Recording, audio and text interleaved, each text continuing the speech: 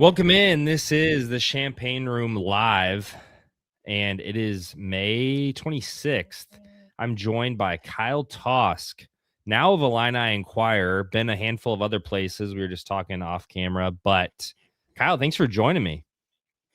Yeah, absolutely. Thanks for having me. Excited to talk some Illini. We were just talking about before we started how you and I have come so close to crossing paths so many times, whether at TCR, you started like right after I left, on the radio, a lot of different places, but I'm excited to talk some Illini with you tonight. Yeah, I don't even know if we've had a legit conversation until tonight, but it is crazy because I feel like we have. So going all the way back to 93.5, and I'm sure a lot of the people that will listen to this or that are on the Champagne Room, they know 93.5, they know Lon and Derek and Stevie J's station and all that. So I was there off and on for a while, and then Kyle's literally like internship preview day or whatever. First day was my last day or one of my last days.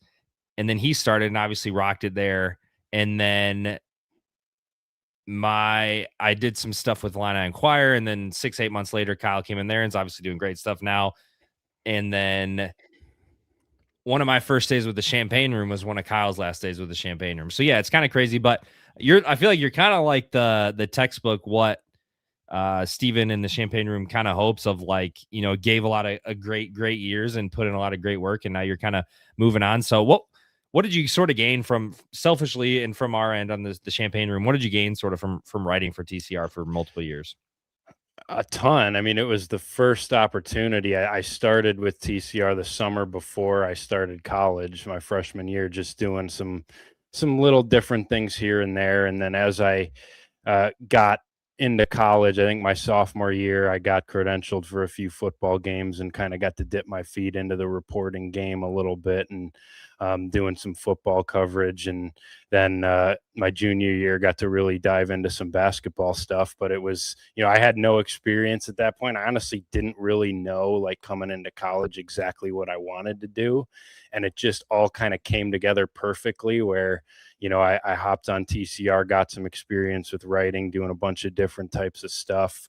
That was the first experience I'd ever gotten. And then paired with, my radio time as well at 93.5, it kind of sparked my passion for this and kind of gave me the confidence to chase it, not only as kind of an area of study in college, but then, obviously what it's turned into now for me. So, but TCR was really where it all started. It gave me the first opportunity. I couldn't be more grateful to Steven and the whole crew of you guys there that kind of brought me in and kept expanding my opportunities, letting me, just as a student who was just still learning everything and, kind of really raw at everything, just get a bunch of opportunity to have published work and, get some access here and there to the different teams at Illinois. It's really kind of started everything for me. So it was awesome experience. Couldn't thank everybody enough over there for that. Yeah, and you've been able. This is more of a selfish question because I loved my time off and on at 93.5, and Lon and Derek and Carp for me was a huge part of my getting into Illinois media and stuff like that. And I still text with Trevor and Carp all the time. But what was it like sort of getting to, I think anybody that's an Illini fan that lives in central Illinois knows who Lon Tay is. So, and then obviously Derek was the face of Illinois basketball reporting for so long. What was it like getting to basically just soak in from those guys? Like, you're not going to learn from anybody better on the mic than Lon, and you're not going to learn from anybody better on the beat than Derek. So, like, what was that like, sort of getting to soak all that in for multiple years? It was awesome. And I didn't really know what to expect at first because I came in, and you remember, because that first day, I remember that my first day that I came in, it was kind of just informal. Like I sat on the couch and watched you guys do your thing for a day just to kind of, meet everybody. And I was, I talked to Stevie about kind of doing a pseudo internship, just kind of watching and learning a little bit and seeing what it turned into. And I just kind of expected that, maybe that would last for a couple months or something, just to kind of see what radio was like and everything. And then it just kind of right place at the right time, after you left there and there was kind of a hole, and they gave me some things to do. And, all of a sudden Lon's son, who was a great high school baseball and basketball player, and he's kind of chasing him around. So he's gone sometimes, and they actually put me in front of a mic and are like, here you go. You want to jump on this and get opportunities actually on the air. And that was really scary to me at first. And then it was just like became kind of something that happened for a while. But yeah, I mean, those guys, Lon is still probably the funniest person I've ever met. Like on the air, he's unbelievable. I still think about like the greatest thing that I learned from him and that I try to take from him is just kind of his interview style, where he'll have a guest on the radio and he could have never met that person before in his life. And he makes it seem like he's known the person for 20 years. He just makes everybody so comfortable. He can start conversation with anybody, whether he's known you for 25 years or whether it's, me as an 18-year-old coming in, doesn't know anybody, and just makes you feel so comfortable, whether on the air or not. Just his personality's off the charts. And he's something else funny. I mean, he's as funny of a person as I've interacted with. And then, yeah, Derek's really the reason that I'm in the position I am now with Inquirer. I met the right guy at the right time, learned a lot from him, just became really close with him. And it all, it worked out. And that, as he was kind of exiting the business, I had built some trust and a good relationship with him. And he kind of hooked me up with an opportunity. But yeah, just really fortunate to kind of stumble upon that at the right time and meet two unbelievable guys who taught me a lot, gave me a great opportunity to just get better at, on air and sports radio, which I grew up listening to all the time, 670 The Score, ESPN 1000 in Chicago. Like as a kid, I would listen to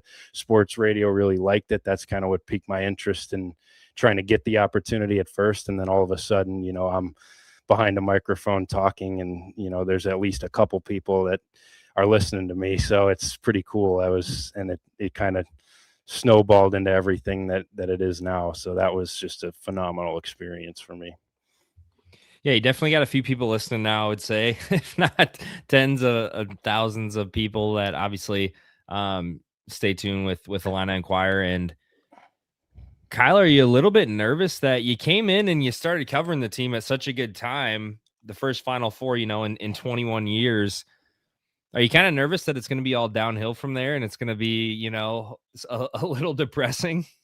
A little bit. Yeah. It's the bar has been set really high, and yeah, I don't know what I did to deserve being able to cover a Final Four my first year, really truly on the beat. That was a crazy experience. I will say that, we had a listener mailbag last week for our site that we were doing, and somebody came in hot. They were accusing me of actually being a curse because I hadn't shown up.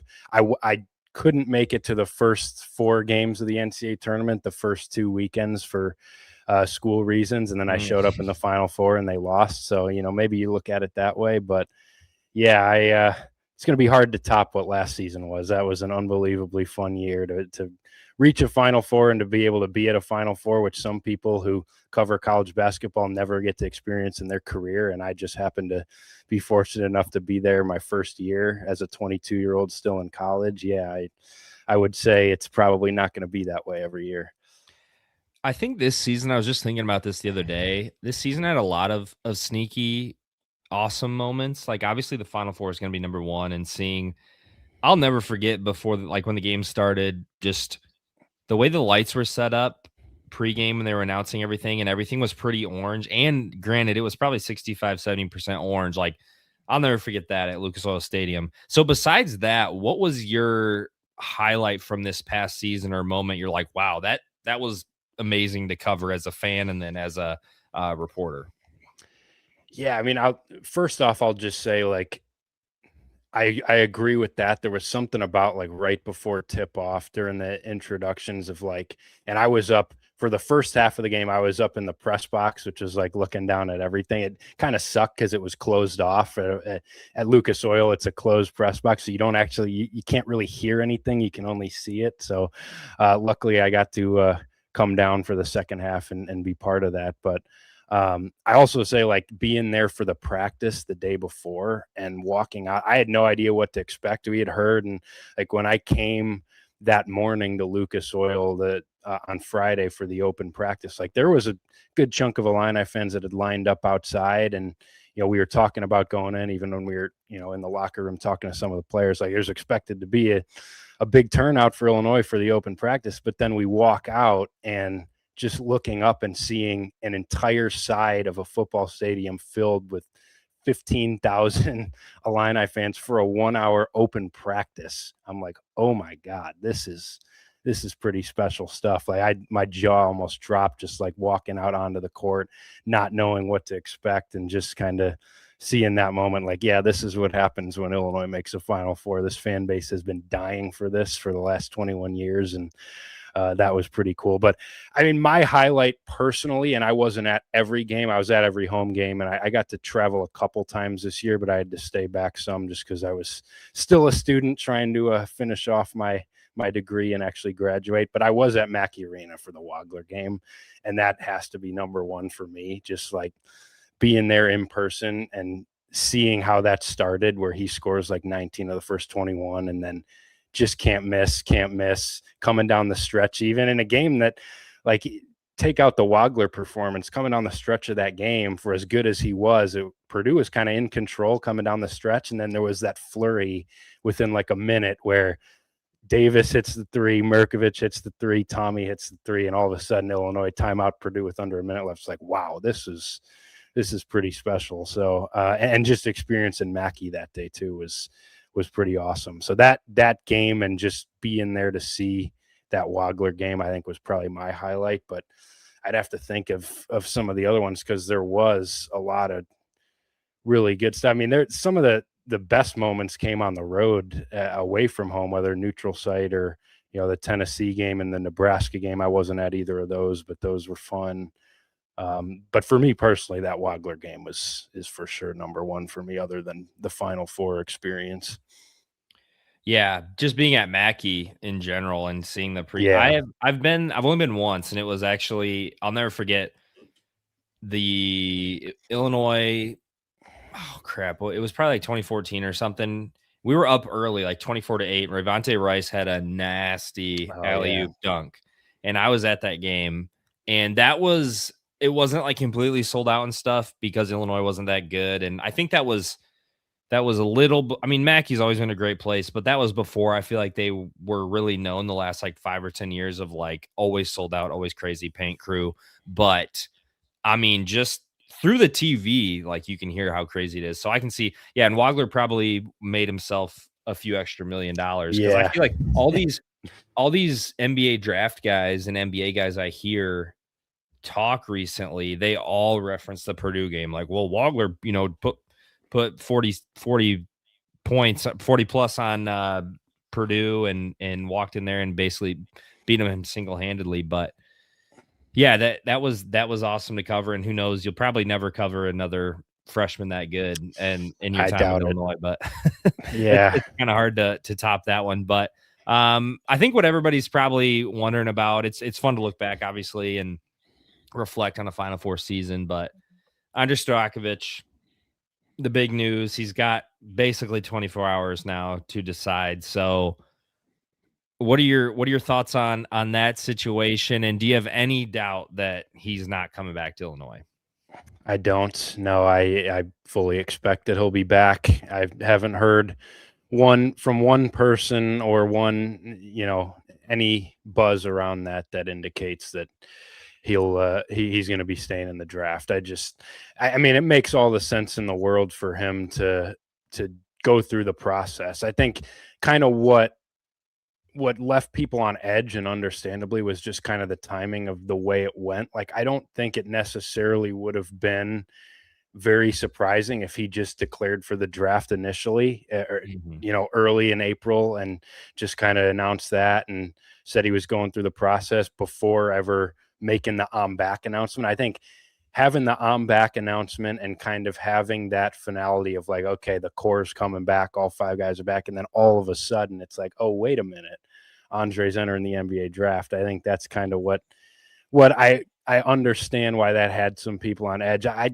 don't think there's ever really been much, real chance that he was going to do anything other than come back. I think for him, it was about getting feedback, getting around as many NBA teams as possible, kind of setting up for next year and gathering as much information as he could to come back and next year, obviously apply that. And, this is going to be one of the best players on a team that has a chance to go back to the Final Four. He's going to make a ton of money doing it. Like, he was well paid last year, and I think that price has gone up this year from what I've heard. And that is more than, even if he, let's say he stayed in the draft and got taken 39th or something like that, which is kind of like what I would think is the ceiling of where he would get taken this year. And maybe he snags a guaranteed deal.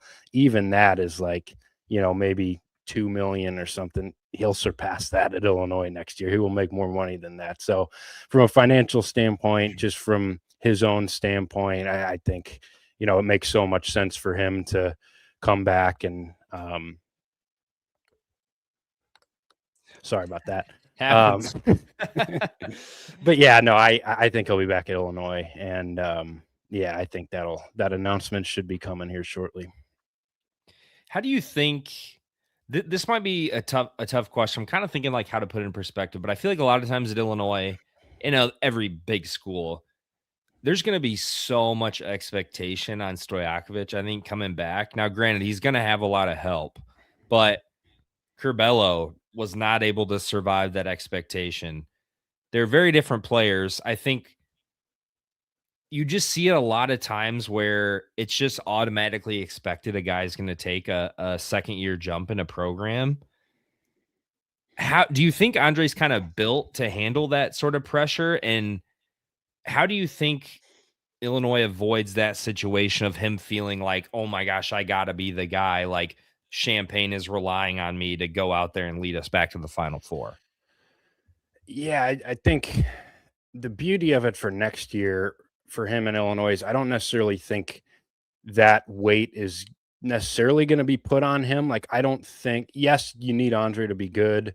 Yes, I think there's hope that he can take a step forward next year in his second year, but I don't think, Illinois isn't needing Andre Stojakovic to all of a sudden turn into a 20-point a game All-American for them to be really good next year. In fact, I don't necessarily think that's, what they want from him. I think that, with all the other guys that you have coming back, the goal for Andre should be just be more comfortable and more consistent in your role. That's going to look pretty similar to last year. I mean, I think there'll be more usage for him. I think he'll have a little bit more opportunity not having Keaton Wagler as such a dominant on-ball guy. But, I don't think you need Andre to all of a sudden turn into, just completely remake his game next year. I think you'd hope that there's more consistency, a guy that's much more comfortable just in this system and what his role is going to be, kind of being, this is a guy that was kind of the high usage, superstar, like so much is on his shoulders his sophomore year at Cal on a bad team. And last year, there were certainly games where he carried Illinois, but he kind of had to adjust like, okay, I don't have to be the guy every night. Can I be consistent from night to night? And then, yes, there'll be a few nights where maybe there's a good matchup for me. Maybe there's a team that just can't guard me and I can go get my 30. But I think for him, it's not to make it bigger than it has to be. Like, I don't think he needs to come back next year with the mindset of like, hey, I need to take this monstrous leap. And there's so much pressure on me to go from what I was last year all of a sudden to, 2 times the player this year. I don't think Illinois needs that from him. I just think they need him to be steadier. Obviously you want to see him shoot it better. You want to see him be just a little bit more consistent game to game. But I think it's well set up. There's not going to be so much pressure on any individual guy coming back next year. I think as a collective from the guys that are returning, and you can consider the guys coming in too, whether it's Fox or Coleman, like there's pressure on those guys to be good. Illinois invested a lot in them to be good, but I don't think there's necessarily one guy that there's so much pressure on, he has the weight of the team on his shoulders. That's just kind of not how next year's team is constructed. So I think hopefully for Andre that he realizes that, and really what you need from him is just marginal improvements, more consistency, more so than, he needs to take a Terrence Shannon level leap to an All-American. I don't necessarily think he has to do that for Illinois to be a Final Four team next year. Yeah, I feel like I've heard that a lot, and I agree. This team is kind of built, which is a great thing to if one guy's having an off night, you're not gonna probably lose to, Northwestern or something. And maybe Northwestern takes a jump, but just Northwestern, for example.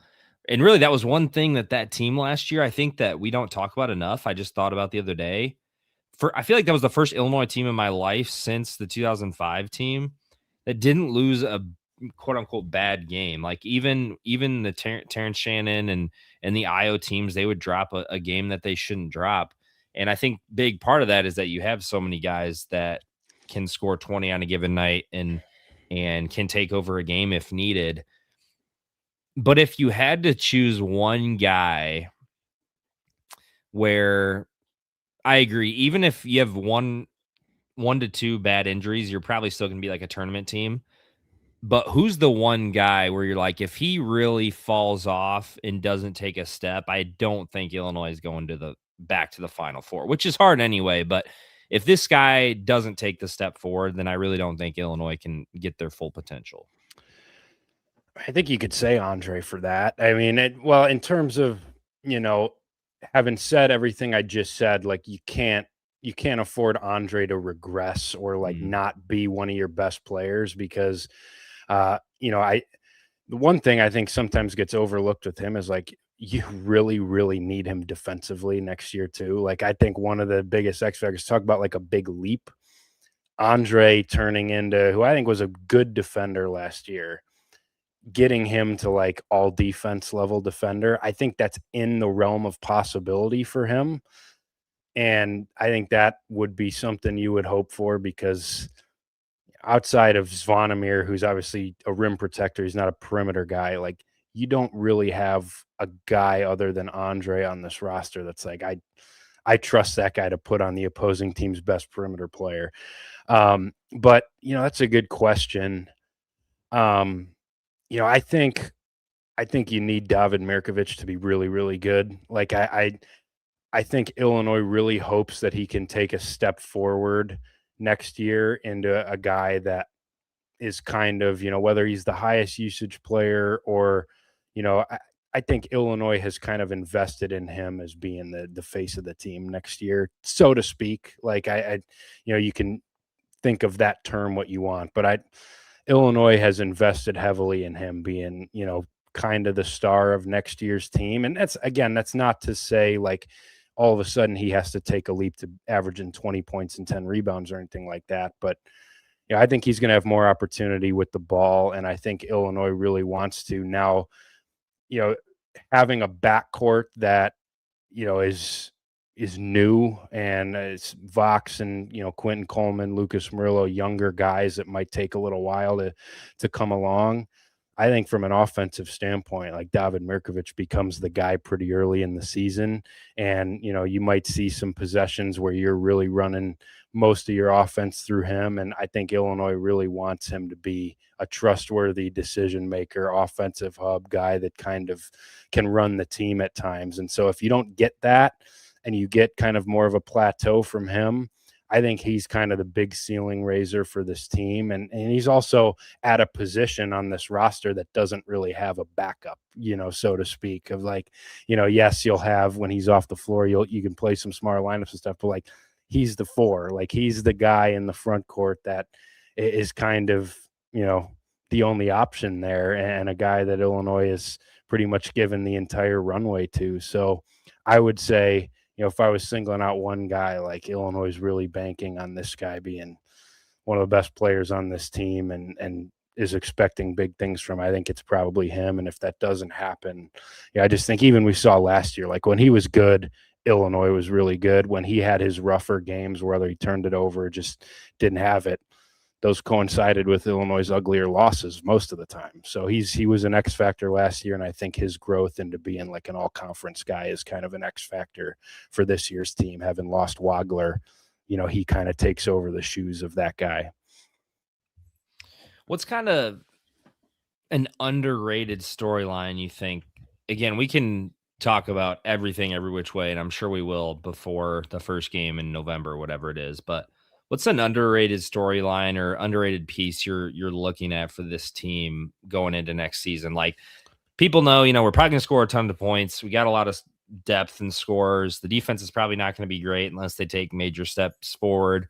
What's like an underrated thing you're looking at that maybe fans aren't keeping their eyes on right now?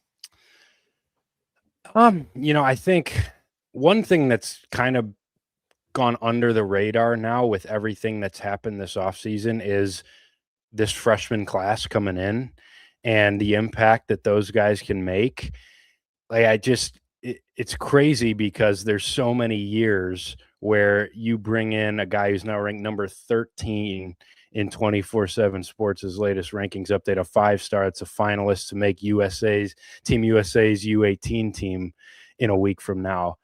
And that would be like the headliner of your offseason of like, when does that guy get here? Can't wait to watch that guy play. And for Quentin Coleman, he's like the 5th name that comes up, or like the 6th name that comes up on this Illinois team, which speaks to obviously how much talent there is, the retention you have. But the guy is a hell of a player. Like, Quentin Coleman is a really, really good player that for a lot of previous Illinois teams would be the marquee story of the offseason, story of next season. And it's going to be really interesting to monitor, how his summer and fall goes and what his role ultimately turns into. Because I think there's a wide range of outcomes for a guy like him on next year's team.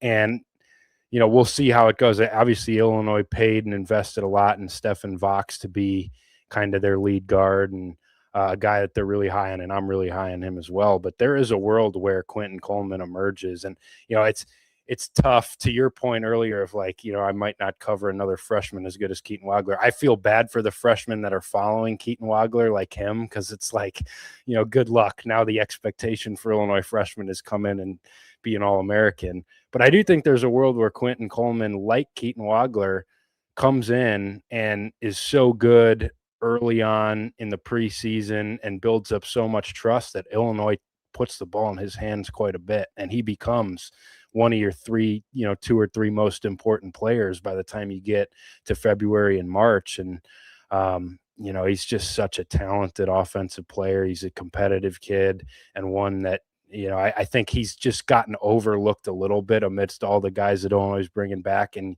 you have your shiny new transfer, and then, here's a top 15 ranked freshman. And, the other freshmen too, like Lucas Murillo, I think is a guy that a lot of years is a top 50 ranked guy with a lot of versatility. And there's a lot of Illinois teams in the past where he would probably play more than he's going to play next year. But I think he's a guy who, you look up and later in the season, all of a sudden he becomes really important, because I think he is going to be important because he is just a piece that, on a bench that, once you get past your top 6 or 7 guys, has some depth question marks. Like, he's that X factor of like, okay, if he can plug gaps at the guard spot, gaps on the wing, even play a little bit of 4, like be that multi-positional guy. I think he could really earn some trust if he can shoot it well. Like, he does a lot of things that fit what Brad Underwood likes. And so I think he could be a guy that earns more time as the season goes on. And then we'll see with some of the other guys, Xavier Zenz, Ethan Brown. I think Landon Davis will probably be more of a developmental piece. But like, this is a pretty deep and talented freshman class that, there's so much experience and so much knowns that, talk about what can raise the ceiling of this team as if those freshmen really come in and make a big impact. I think that's going to be the thing that, as you go through the summer and get really into the preseason and start hearing that buzz, monitoring the Quentin Coleman, Lucas Murillo, some of those other freshmen is kind of the thing that I would pay attention to, that, most people probably, it flies under the radar a little bit, and rightfully so with this roster. Yeah, I think I was talking about this with Robbie or Drew recently on one of the last shows, that like any year before Underwood, especially like Quentin Coleman and Murillo, I keep messing that up, would have been like the talk of everything, and they would have been the savior. and we probably would have been putting crazy expectations on them. But now, if those guys come in and they just like are contributors, it's like, oh my gosh, Right. what an eval, what a gift for Illinois, knowing that hopefully they're coming back for at least another year. But back in the day, with I remember Khalil Whitney and obviously Cliff Alexander and those were top prospects, but it was like you followed their every move for months and they didn't come to Illinois and it was the end of the world. And then the guys you did get, like a Malcolm Hill, it was like you put crazy expectations on them because they had even a couple stars by their name. So it is crazy to see how far we've come. But there's a lot of big teams on the schedule. It's going to be definitely a fun season. We're not going to be without blockbuster matchups. Which of those upcoming games, and it sounds like we're going to add one or two more, which of those upcoming games is catching your eye and you're definitely, well, I'm sure you're going to watch all the games for your job, but what's the game, if you weren't even covering Illinois, you're like, I'm definitely going to watch every second of that? I think the answer is the same regardless of the context. It's at Duke. Like that's awesome. I will be at Cameron Indoor next November, which I am really pumped about. Talk about another thing that's like, hop on in my first full year. Oh, wait, I'm going and I'll get to cover a game at Duke. It's pretty cool. Really excited about that. But I mean, Duke is, in the discussion for preseason number one. They're in that mix, like, wherever you want to go, Florida, Michigan, Duke, Illinois, UConn, like they're right in that mix. This is two of probably the top 5 preseason teams. Illinois going to Cameron Indoor for the first time in a long time. That actually has fans. They were there somewhat recently, but it didn't feel like really a game there because it was the COVID year. But no, that's everything you want in a non-conference game. This is an Illinois team that obviously has goals of making a Final Four, and now you're gonna face off at Cameron Indoor on the road in a hostile environment against another Final Four caliber team. Like there's no better test for March than that. There's no better litmus test early in the season of where this Illinois team is. There's no better preparation for some of the road venues in the Big Ten. If you can conquer Cameron Indoor, you can conquer anywhere in the conference as you get into Big Ten play. And just the basketball quality of that game is going to be off the charts with the amount of NBA prospects on that court between those two teams, probably like 10 or 11, like legitimate NBA prospects between the two teams playing that game. I can't wait for that one. That's going to be awesome. And then to get them in Champaign a year from now is going to be unbelievable. I mean, that'll be as hyped of a home game that Illinois had in the non-conference in a long time. I mean, that has, we'll see. Obviously, Illinois' roster could look a lot different going into that one, but that has like Wake Forest 05 potential of like the anticipation around welcoming Duke to State Farm Center for an early season game. So that's definitely number one for me.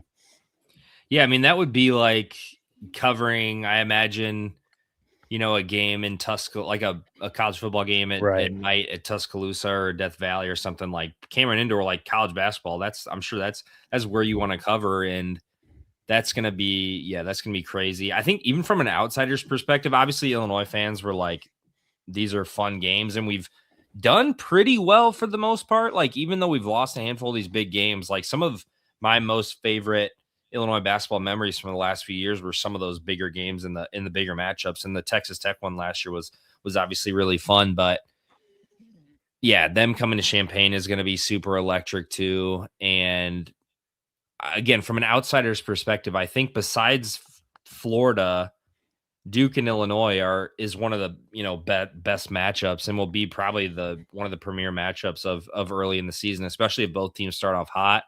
And then just start looking at who's ever the number one prospect for whatever 2027 or whoever for them coming to Champaign next season. And I'm sure tickets will be expensive for that one, but yeah, that was a fun one to add to the schedule. I think last basketball question, something I kind of wanted to get your thoughts on, because I know you're in tune with college basketball as a whole. And I love college basketball, but I really love Big Ten. Like, I don't know why Northwestern and Minnesota on a Tuesday night sometimes just really gets me excited, even though it's not even great basketball. But now that Merez Johnson stayed, and Michigan's bringing in a whole bunch of other guys, so they're still going to be talented. But I think a lot of people at Illinois and Michigan 1 and 2 going into next season. What are your thoughts on the top of the Big Ten? Who's going to press Illinois the most? Should Illinois be the favorite going into the season? Like, what are your thoughts on top of the Big Ten standings and who to look out for?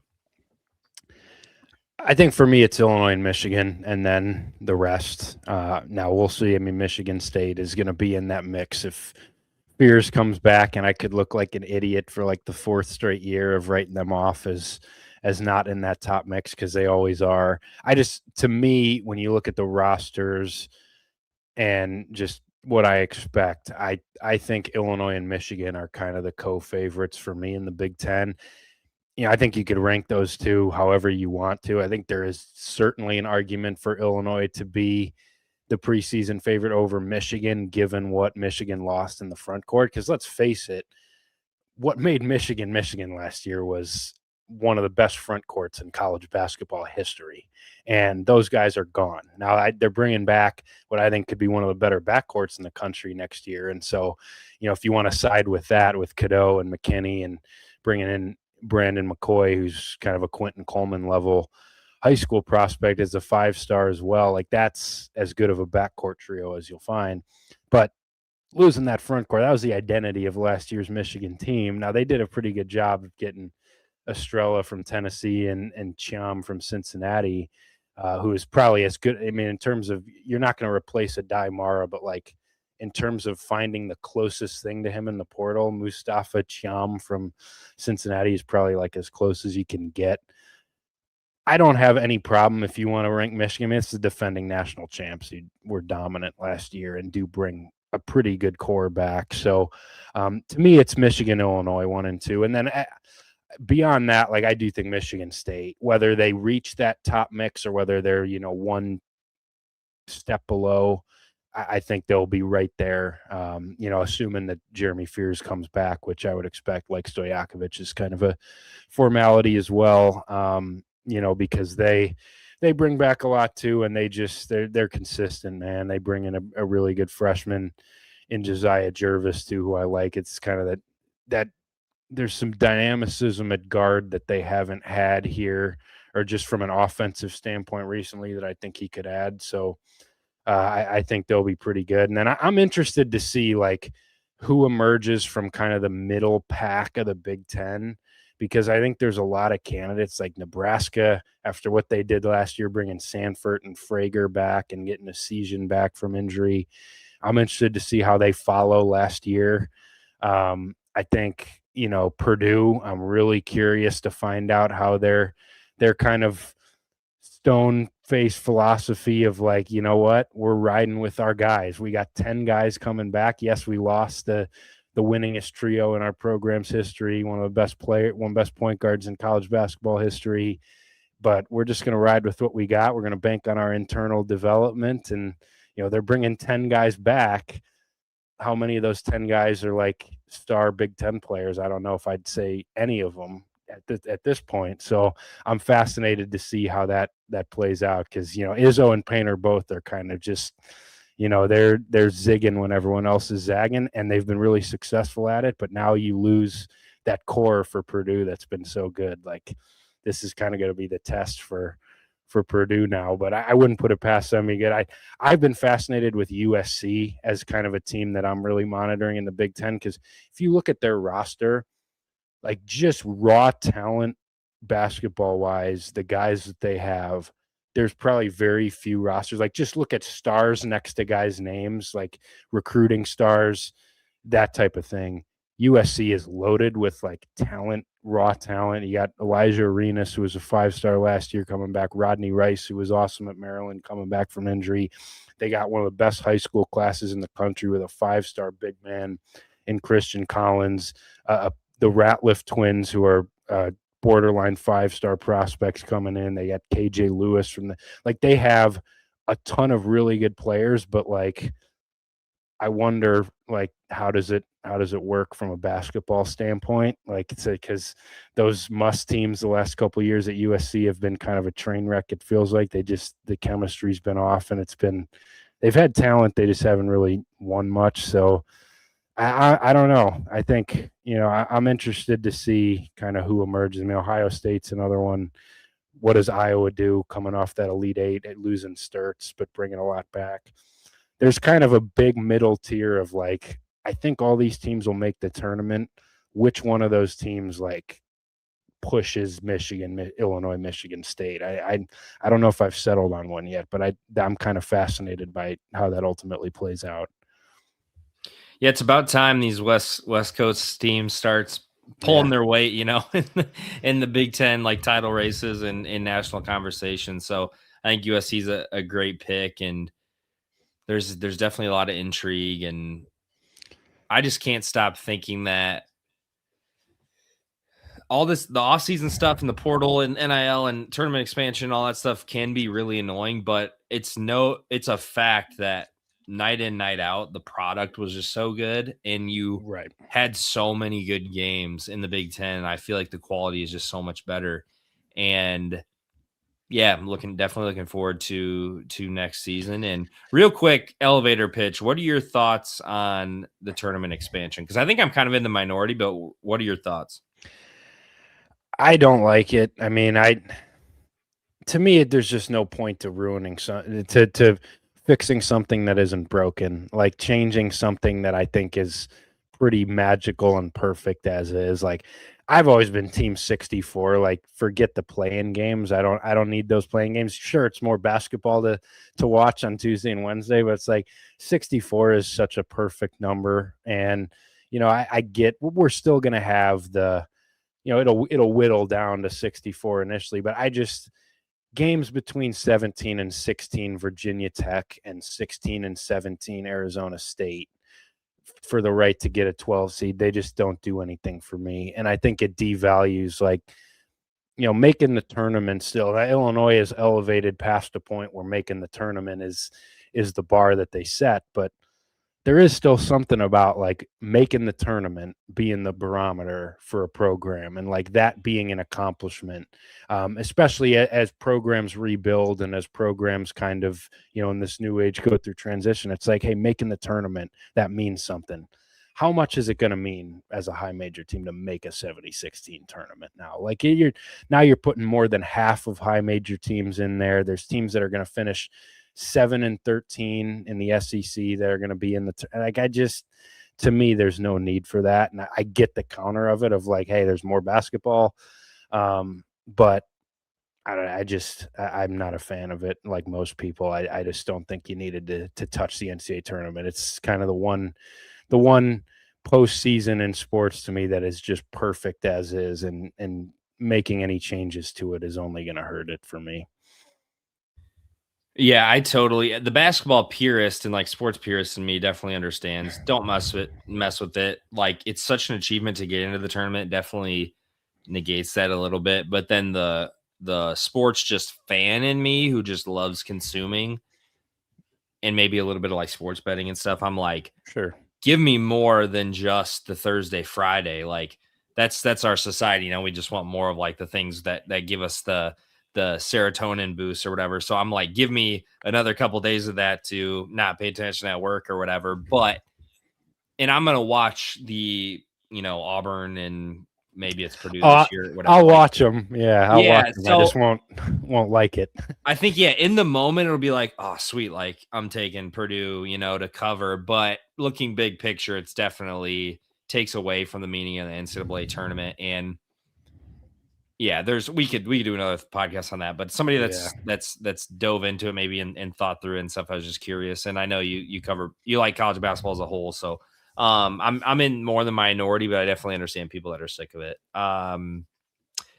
So we could talk for hours about Illinois basketball, even in May. That's one great thing about this fan base. Illinois football.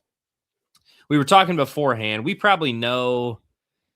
probably in May football mode, spring ball mode, from the sense that we're not on top of things as much as we will be come August. But I would imagine we still are more in tune with things than just somebody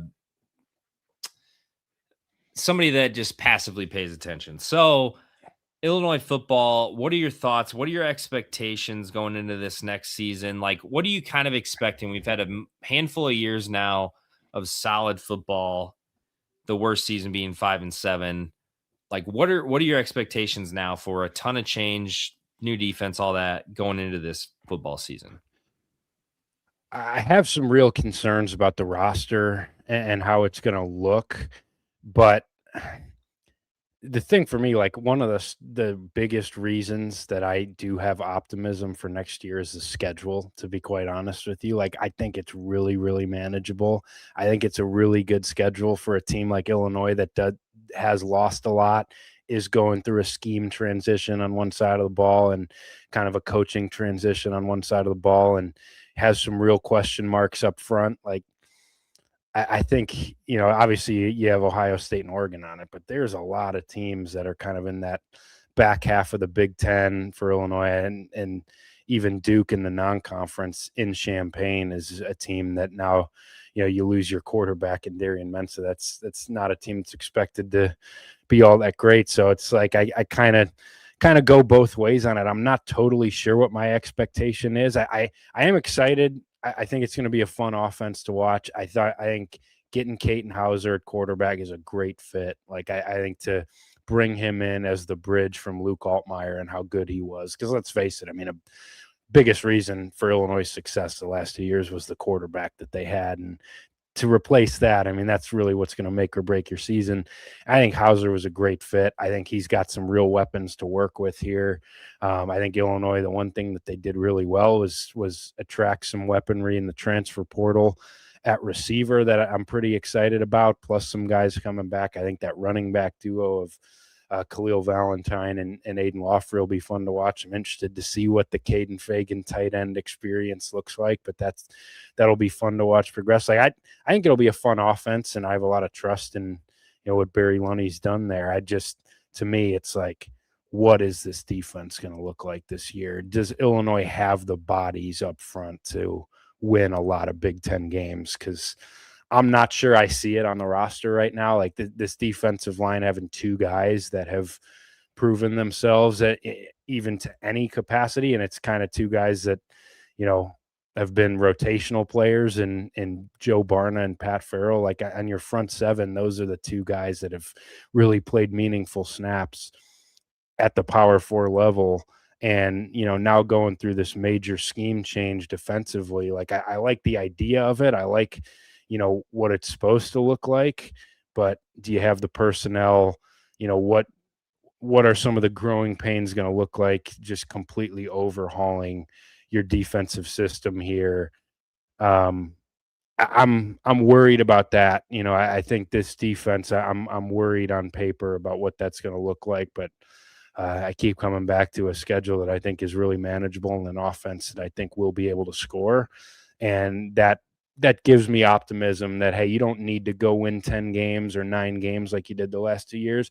If you get 7 this year, if you get an 8th in a bowl game, or, you hover around that 7 or 8 mark, like if that's your transition, year a little bit, if that's the floor that Illinois football can reach now of like, hey, solid bowl team, 7-8 win team, like kind of the Iowas of years past, that's kind of the sign of like, hey, this is something that can really be sustainable. So that's kind of what I set the bar at. And I think it is attainable with this schedule and hopefully with what this offense can look like. But I certainly have some concern about the transition on defense. I think, you're lacking some real Big Ten talent on that side of the ball, and we'll have to see if this scheme can make up for some of that. Yeah, no doubt. And I mean, we'd be lying if we said there weren't most seasons where there were concerns going into an Illinois football season. So even the years that have panned out. And I think for me, similarly, you could also throw this back in my face from the sense that Illinois and Brett Bielema, they have developed a lot of guys, and a lot of guys have come a long way that we maybe didn't think.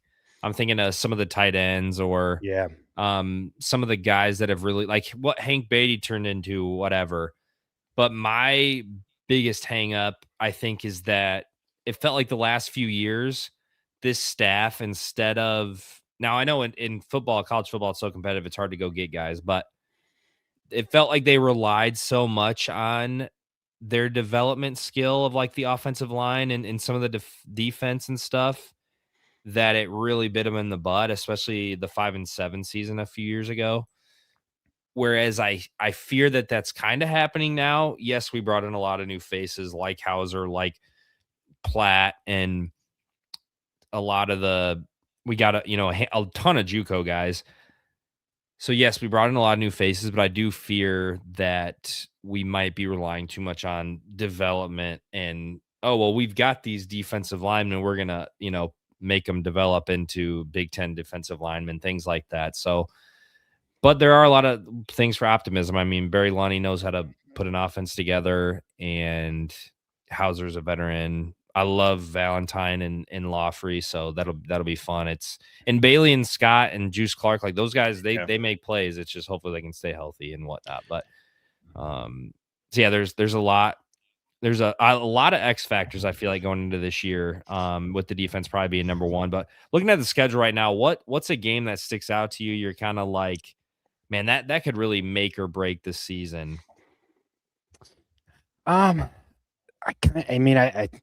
it's an easy one, but like the Duke game in week 2, I think there's kind of always that early swing game. And I think that's kind of where you'll get a sense of who is this team, right? Like that's a very winnable game. Like I think Duke, they brought in a quarterback from San Jose State to try and, last minute replace Darian Mensah.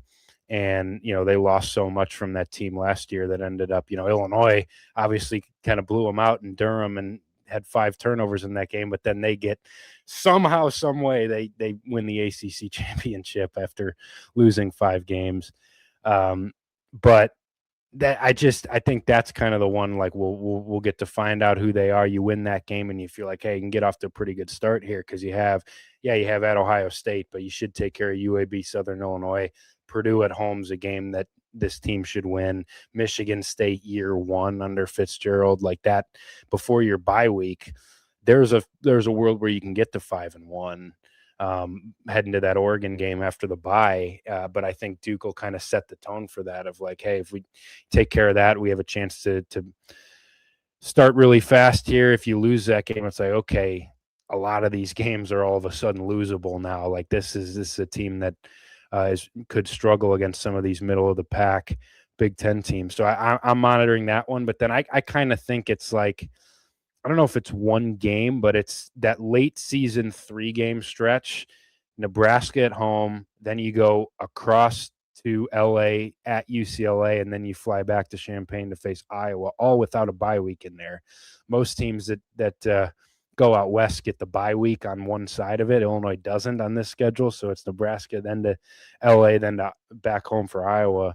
And that 3-game stretch to me is, that's the stretch that'll turn this in from an okay season into a great season, or a bad season into a good season, or, whatever the case may be, whatever is kind of flipping the way you view this season. Like those are 3 winnable games, but 3 somewhat difficult games. Like they're winnable and they're losable. Like Nebraska, we'll see how they are. They're kind of the off-season champions every year, it seems like. But you certainly can win that game at home, but they certainly can beat you. I think just the travel situation, we'll see what UCLA looks like, but going out west, that's a tough trip. And then back home for an Iowa team that'll probably hover around the top 25. Like you can beat them in Champaign, but that's also a losable game. I kind of circle that as like, we'll see what this Illinois season ultimately turns into based on how that 3-game stretch goes. Cause I think it could go really well, or it could go really poorly at the same time, depending on kind of what Illinois turns into by that point in the season. Yeah. You hit exactly what I was going to say. I sneaky feel like the Nebraska game is a big kicker for the season. Like that might be my number 1 pivotal game, because odds are let's hope you're 3-0. Ohio State, okay, that's a loss. Probably going to lose maybe one at Purdue or Michigan State, losing to Oregon. Who knows how the Maryland game, like you could be at a major crossroads coming back home. And a few years ago in that 5-7 season, that Nebraska game at home that was not a good Nebraska team. And they just kind of dog walked all over you. Which, shout out to Nebraska fans. That was still like the best I've seen college football fan base travel to Champaign, and there's probably other ones in there, but I think that could be a pivotal game, because if you lose that one, it's like, oh crap, are we gonna just let this all fall apart the Yeah. last few weeks, and it's hard to get up for a game at UCLA. There's probably not going to be a ton of fans there. And then the Iowa game, I think people get up for. Who knows what the weather's going to be like, though. And then Northwestern, again, weather permitting at their new stadium, though, I think. But, and yeah, Nebraska football and Indiana basketball have won the last 20 offseason national championships, I Yeah. think. So, but yeah, it's a team that's probably projected to be similar to you, or maybe finish a little bit better than you. So that I think that the Nebraska game will be big. But what's your? I mean, maybe we'll have you on before, but since you're more of the basketball guy and less of the football focused guy, what's your season projection here? Now we're at the end of May. What do you think the record ends up being? I kind of think it's a 6-6 team on paper, but I probably have them going 7-5 just because I do think the schedule's manageable. Like I do think that there's some real concerns defensively, and and I mean, you can make an argument that these last couple of years teams have, on paper looked like, mediocre 6-7 win teams, and I think, there has Brett Bielema and the staff have built up some trust. And to your point about the development and, maybe guys coming out of nowhere or really developing into something, like I think they've outperformed the, maybe bottom line talent level on the rosters. So I think that gives me some optimism now. Like it's crazy to say that given where Illinois football was, but like I kind of give Illinois football the benefit of the doubt now going into seasons of like, hey, even if I don't love how this position group looks, or like I have some real concerns, like I kind of have trust that they'll figure it out and be competitive now. We'll see. I mean, you still have to keep proving that year after year, but that's kind of where I land. I think 7 wins to me feels like the right number for me. I mean, I think you have 2 losses for sure on there, and at Ohio State and Oregon, I think you have 2 wins for sure on there in UAB and Southern Illinois. So what do you do with the other 8 games? And to me, I think that they can win more of them than they lose. So especially with just the fact that there are a lot of teams that are either projected similarly to you or projected below you that I think Illinois has shown here recently that for the most part they can handle those games. So I think 7-5 would probably be where I land. I think, a tougher schedule, I would have more concern about them getting to a bowl game, but I think this will be a bowl team. I think the offense will be good enough to get them there, and I think they'll handle enough of some of these kind of middling Big Ten teams to get to the 6-7 win range. Yeah, I feel pretty similar. And again, only having 2 pretty much guaranteed loss games is not too bad. Right. I like that Mensa left Duke. I like that you're not playing at Penn State or at the Big House or something like that. So, well, Kyle, this has been great, and we almost went an hour in May, which I think is pretty good. But this Illinois fans, I'm sure, as you obviously know, love everything Illinois basketball, and Illinois football is definitely a close number 2. What do you got coming up? Plug your stuff. I know you said you're going to get started full time here pretty soon. So yeah, what's the summer of Kyle looking like? Yeah, I'm still, to be honest with you, kind of straightening that all out right now. Sorry.